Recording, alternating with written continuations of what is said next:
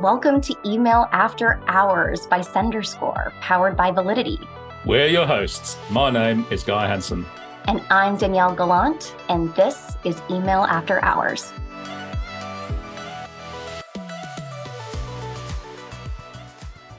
Some people are afraid of heights. Me, I'm afraid of having something stuck in my teeth before an important Zoom call.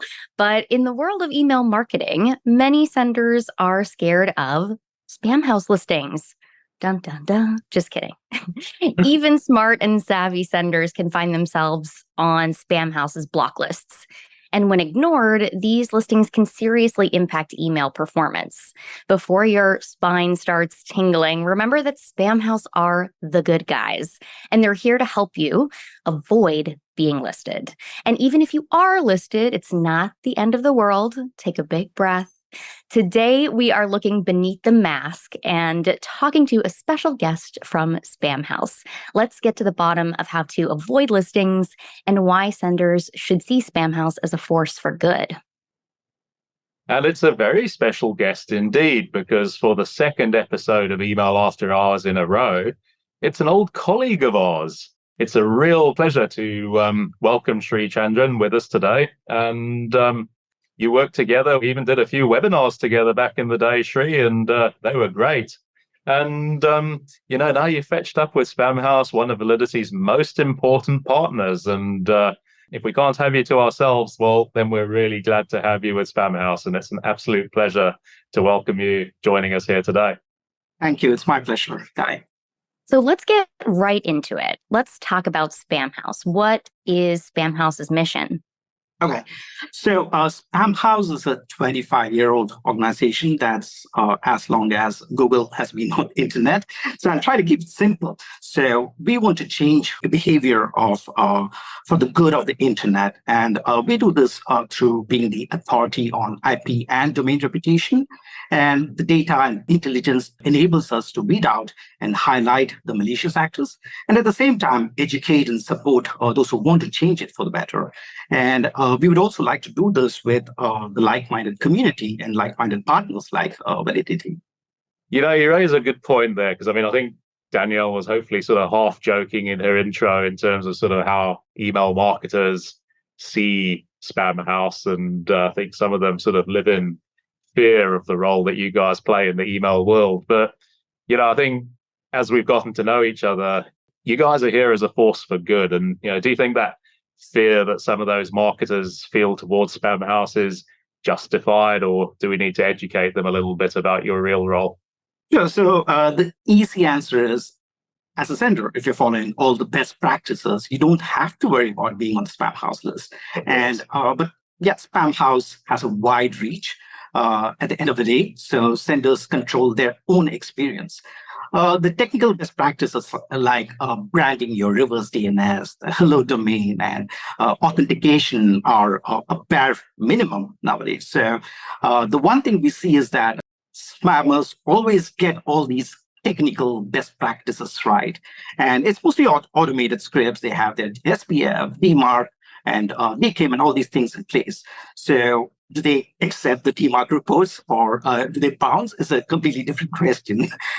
So something that we have been hearing for the longest time is like, hey, do better than a spammer. So I think it's time to go ahead and update that. It should not just be, don't look like a spammer, do better than the spammer is the more recent adage. So if a spammer is trying to, say, use the shared tracking pixel as a sender, it's better that, I think it's a given that you have to go ahead and brand your URLs. So if you're following your best practices and you're above par than spammers, you don't have to worry about being or getting listed as Spamhaus. That's a relief, because I've worked with clients who basically have like blocklist PTSD from a Spamhaus listing from like 10 years ago, and they have changed their program in really positive ways, adhering not to just that, don't be a spammer, be a best in class, like optimized sender, major programmatic changes for the good. But talk to us about the most common behaviors that get an email program listed or an IP or domain listed by Spamhaus. Sure. So Again, this is nothing new. The first and foremost reason we see a listing is lack of consent. So nothing replaces consent. And so senders need to have a double opt-in confirmed list, period. So that's the easy, that's again the answer. Yes. But again, that's the primary reason. But apart from that, we have many other behaviors that we see. One of them is the filter evading behaviors. So senders try to always snowshoe their mail streams or trying to use cousin domains. The latest trend being I don't know if you can call it cousin TLDs, but with all the introduction of vanity TLDs, people just like to put their brand across multiple TLDs and just go start sending emails with zero warm-up and zero repetition. So again, those are kind of behaviors which can be extremely sketchy and just can raise a red flag at our end. And there are other behaviors which are evading filters. I think, Guy, during our prep call, we did speak about how spammers open free mail account and try to inflate engagement. So this has been happening for a while. And I remember back when I was at AOL, we used to get lists of these spammer free mail accounts.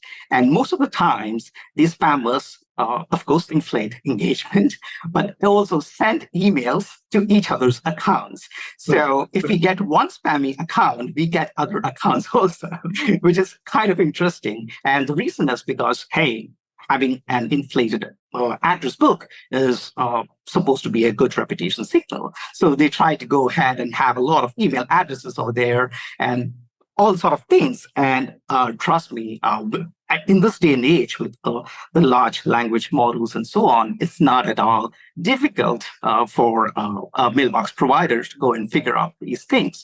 So yeah, doing all those things can definitely get you listed. And finally, just like opt-in, have an opt-out, a sunset policy. The lack of a sunset policy is also one of the major reasons that is one of the most common behaviors that we see. And all these are from a marketeer's perspective, but what we see is a lot of botnet and malware activity. And I know it's 2023, and I might be preaching to the choir over here, but hey, have a fully qualified domain name in your reverse DNS, your brand, your Hello domain, or your Hello domain should have an A record. Or for that matter, limit your port 25 to just your mail server.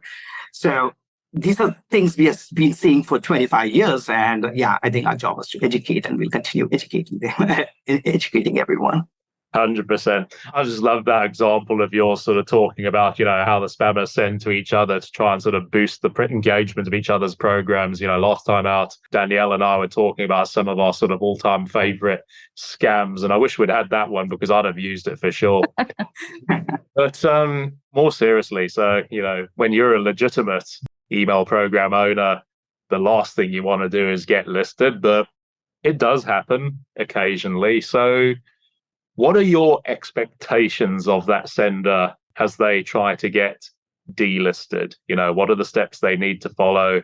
What do they need to demonstrate to Spamhaus to facilitate that delisting? So the first thing is to identify the problem. When you are getting listed, it's good to go to the Spamhaus website. I know it by heart. It's just check.spamhaus.org. Just go to the website and figure out what your listing is.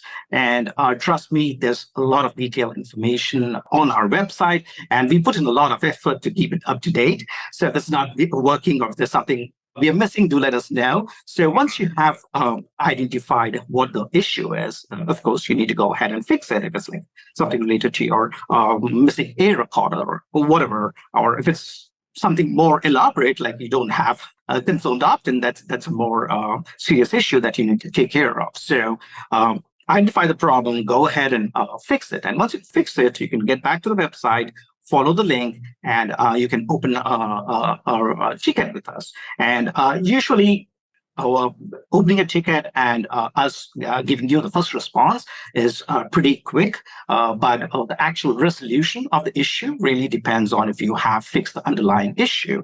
Because at Spamhaus, we don't have whitelists. So if you don't fix the issue and we just go by a word and go ahead and delist it, you might just get relisted again. So it's really important that you identify and fix the issue.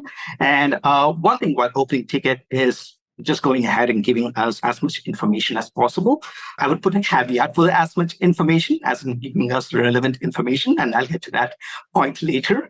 So other thing also, it also depends on what kind of Spamhaus zone or list that you are listed in. Spamhaus has multiple zones. So if you're on a CSS list, you might get delisted automatically in a couple of days if you see the behavior stop. But if it's a SPL or a DBL listing, it needs to either go to a researcher or the team which is really involved in this. Excellent advice. Thanks for that. And as you were answering, I mean, I was thinking, you must see some really unexpected causes of listings at times. I mean, you talked a little bit earlier about the things like IP addresses and servers getting compromised. And I believe there was a story that you guys have been telling recently about somebody whose internet-enabled doorbell got hacked. Is that right? Yeah. Does that ring a bell? Absolutely. It rings a bell every morning because it's a continued attack that we've been seeing for the longest time. So when it comes to, we've been seeing a lot of threats just with regards to IoT devices. So the doorbell is an excellent example. We have a detailed article on our website, just detailing how one of our Spamhaus colleagues went ahead and helped the actual end user discover it. And another one that I really like to say, and that's something which we came across, is a user who was again having a lot of rogue hellos going from their network, and and we had a difficult time figuring out where exactly or what was the origin of that particular pattern. And the end user literally had to plug each and every IoT device on their network. And it actually was their Fire TV stick. So it was a bootleg Fire TV stick, which was apparently a free one that he received somehow, which goes on to say there's nothing free in the world. And it was just an app in that Fire TV stick. And we had to literally stop the Fire TV or remove the app to understand that that was the one that was causing the issue. Oh man, that's just so scary. I mean, I really hope the next time I go and open my smart fridge for a beer, it's not sending spam. I'm just shaking my head. It's getting crazier and crazier. And I want to go back a little bit because Sri mentioned confirmed opt-in and consent, and I've seen interesting Spamhaus ticket threads between a sender and Spamhaus where it's like, well, confirmed opt-in is not a legal requirement where I am, and this becomes a bit of a hot topic. But often senders need to indicate that they have consent or that was legitimately obtained before Spamhaus will consider delisting that sender or that IP or domain. Can you share with us what defines consent? Okay. Honestly, it's an irony that we're talking about consent in 2023. And so I can say, I'm sure GDPR has this well defined when we say consent. It is as simple as saying the receiver of the email has to provide explicit permission to receive emails, period. And again, GDPR breaks us into 4 basic requirements: freely given, informed, specific, and unambiguous. So one of the reasons we get from senders very often is, again, it's one of the things that we hear from them is like, hey, I am supposed to send this legally mandated email to my user base, and that's why I'm hitting these X, Y, Z, these number of traps, and so on. And we clearly know that if you really go through GDPR, it does break one of the basic GDPR requirements. And we have an excellent article about this also in our resources. So, honestly, there's not much I can define on this or explain a lot more. So The other thing that I always hear or wanted to reiterate is your permission is not transferable unless it's specified. So that's something else which we see quite often that people try to hide behind. So again, we've been educating for 25 years, and I think, yeah, we'll keep on going for forever. I don't know. I agree. I mean, there's times where I just absolutely want to bang my head against the wall. Why are we even still talking about the importance of consent in 2023? Surely by now, every marketer knows what they ought to be doing. I just don't know. But anyway, Danielle, I know that you got a question for Sri about the types of listings that receivers can get from Spamhaus. I do. This is a real boots on the ground question for you, Sri. So over the last year, we on the professional services team with Validity, all of the CSMs at Validity, we've had a lot of questions about informational listings. And that could be a whole topic unto itself. So we're not going to write the book on that right now. But can you tell us the difference between an informational listing and a full listing? Sure. So again, I know it's a hot topic, and I would not do complete justice because there's a lot to this. But simply put, Spamhaus information listing has been at least in-house for a long time. It might be recent for senders, but there's a lot of research being put into the information listing. And again, I want to simplify this. The informational listing simply means there's a lack of bounce handling.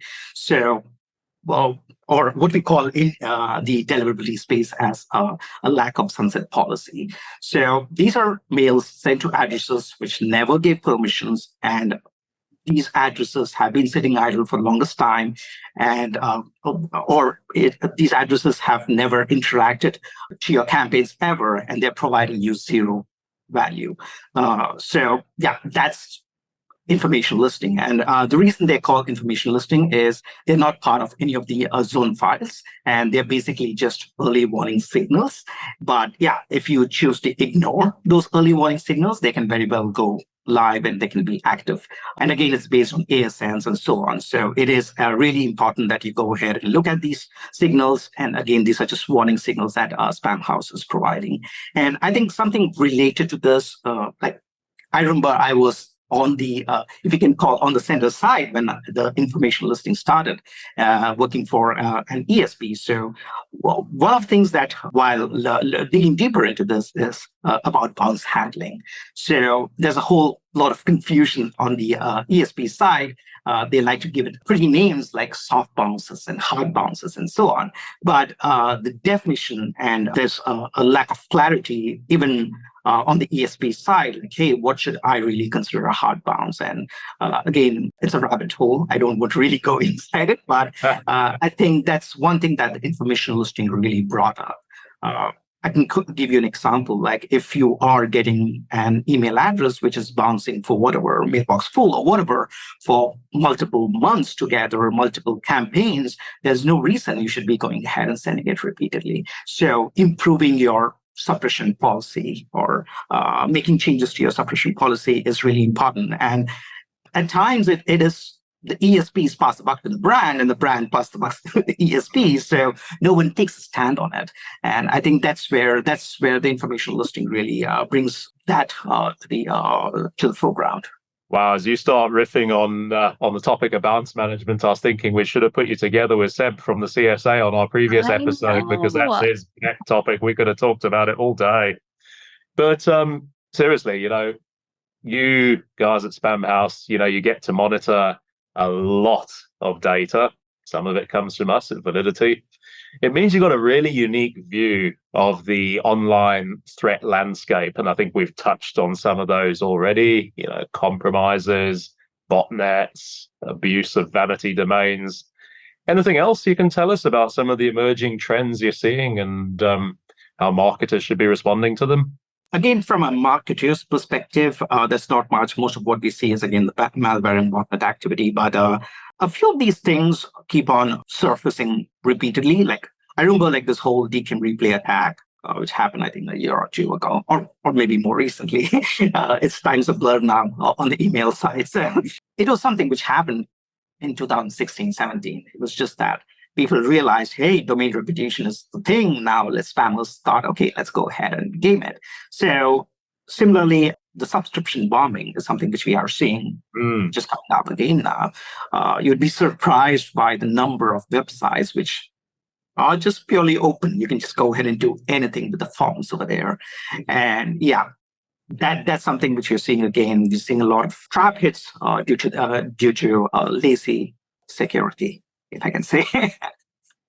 Absolutely. And in fact, just before we move on to our next question, I wanted to dig into that because I've been reading that there's a form of subscription bombing, which is effectively when a business's database gets hacked and the scammers like taking all of those email addresses and effectively sort of registering with hundreds of email programs to generate the welcome emails so that the subject whose data has been compromised misses the real notification, which is, hey, watch out, your data has been compromised, change your password, etc. So is that something you've seen examples of recently?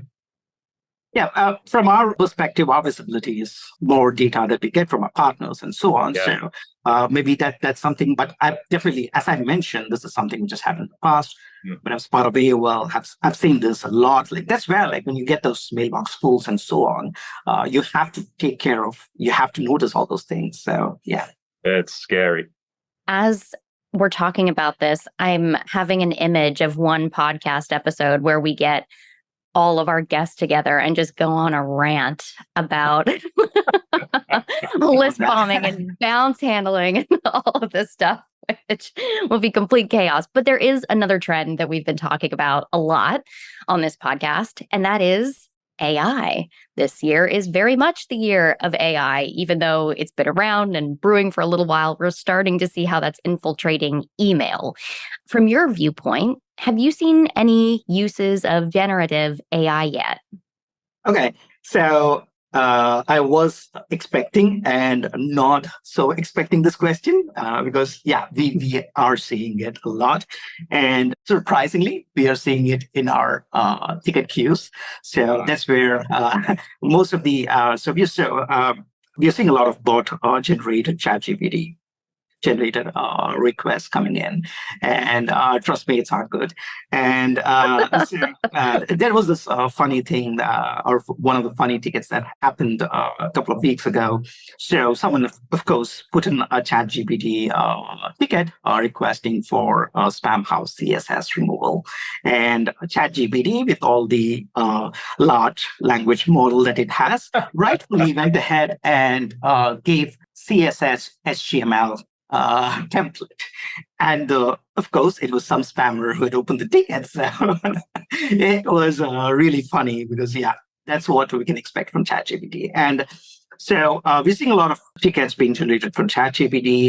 The other thing we did notice is that a lot of non-native English speakers are using ChatGPT to open tickets. And that's when we have to be extra visual to not dismiss each of these tickets as spammer, because that's a genuine case. They want to go ahead and they want to make a case where they want to request delisting. But again, so far what we've seen is just a lot of text with not a lot of context. So it's not really helpful for us if you're using ChatGPT to open tickets. Rather, just tell us the issue, and if it's just a bounce message that you're seeing, that is more helpful than a ChatGPT generated response. So yeah, again, we don't have much visibility on the marketing side, but I am pretty sure if you're creating patterns, the filters will catch it. So yeah. What I would give to see one of these ticket submissions that's written by ChatGPT. I know, right? You know, hey, ChatGPT, please get me unlisted from Spamhaus. You couldn't make it up. Oh, wow. This has been such a good conversation. I'm sort of really sorry we haven't got twice the time, because I think we could easily carry on sort of talking about this for the rest of the day. But we'll have to get you back sometime, Sri. But we need to start wrapping up for today. And as we normally do, we like to hit our guests with a couple of quick fire questions to finish off with. And, we've spent a lot of time today talking about things that email programs do wrong. But, for you as an individual, as a consumer, is there a brand doing email that you admire because they're doing it really well? I'm a inbox zero person. I try to. Yeah, me too. Yeah, it's pain, So I try to keep my promotions folder as clean as possible. So there's not much marketing email in there. But there was this brand that I purchased. That's a very small brand called D Brand. I'm not even sure where they're located. So they make mobile covers and cases and laptop skins. So I purchased it about 8 years ago. I don't know when exactly.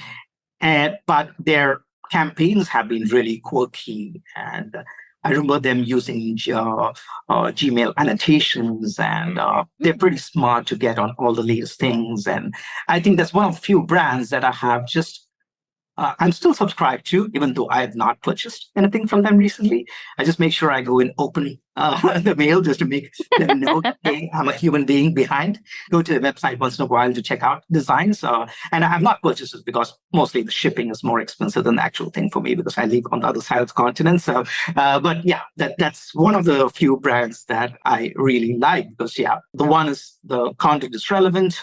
Even though I'm not a regular, they don't pump me with email every other week. It's more occasional, seasonal, and they know what I like. And they also seem to adopt the latest in email, which I like to check out. It's so funny how people who are a part of the email marketing world intentionally interact with messages that they have in their mailboxes. They're like, if I like this brand and I'm loving these emails, I'm going to take specific actions with these messages, treat them well, give them a little love. We have one more question. It's like post-pandemic, post-MPP. So yeah. It is, yeah. One more question, a bit of a silly one, which Guy has somehow managed to dodge answering, at least on the podcast. Told me off pod. We've all had an embarrassing email address at one time or another, especially if we've been online for as long as we have. What's the most embarrassing email address you've ever had in the past? You should have told about Guy before we started this podcast, and I would have put a caveat that I need to know guys. Yeah. So okay, you tell me yours, and I'll tell you mine. Okay, that's a deal. So this is beginning of Gmail. Just out of college, I was setting up email accounts for my family. So I wanted to snag those pricey Gmail because it just came out of beta or whatever. It wasn't beta for the longest time, I think, out of private beta. So set it up for the whole family. So what I did smartly is put my first name, put my date of birth, and then my email address for my complete family. It's me, and here's everything you need to know about me. But yeah, I think I've been on the ad spam side for a long time to realize that I'm not alone. Okay, I'll try and keep this short, but I spent a lot of time as an email consultant, and I've worked with quite a few of the major online dating brands over the years. And, to effectively help them improve their email activity, you've got to play the game. You've got to set up some profiles. You've got to interact with them to see what kind of messaging gets generated, etc. And people who know me will know that I spent a lot of my life in South Africa. South Africans love doing their barbecues. In South Africa, it's called a braai. And there's a very specific type of South African sausage called a boerewors. It loosely translates as farmer's sausage. And it's long, it's about 12, 15 inches. It's like curled up in a spiral. So you can understand there's a bit of innuendo going on here as well. And one of my favorite characters was a guy doing a barbecue. His profile name was Boerewors Boy, and the email address was boereworsboy@hotmail.com. So there you have it. There you have it, everybody. Okay. Yeah, it just reminded me of again, early 2000s when AOL screen names were still in vogue, and people used to have these crazy AOL screen names. I can't remember, but I remember seeing a lot of weird names. And when you used to get tickets from them, it's it's really difficult to have. Like, is this for real?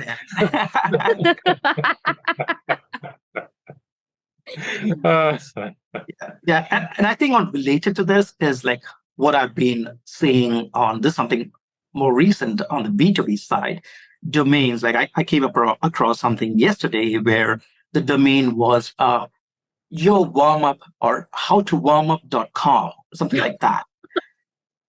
And I was like, okay. So yeah. I think we've just identified a topic for a future podcast. Gosh, we sure have. This has been great. Speaking of which, so we need to call it a day for today.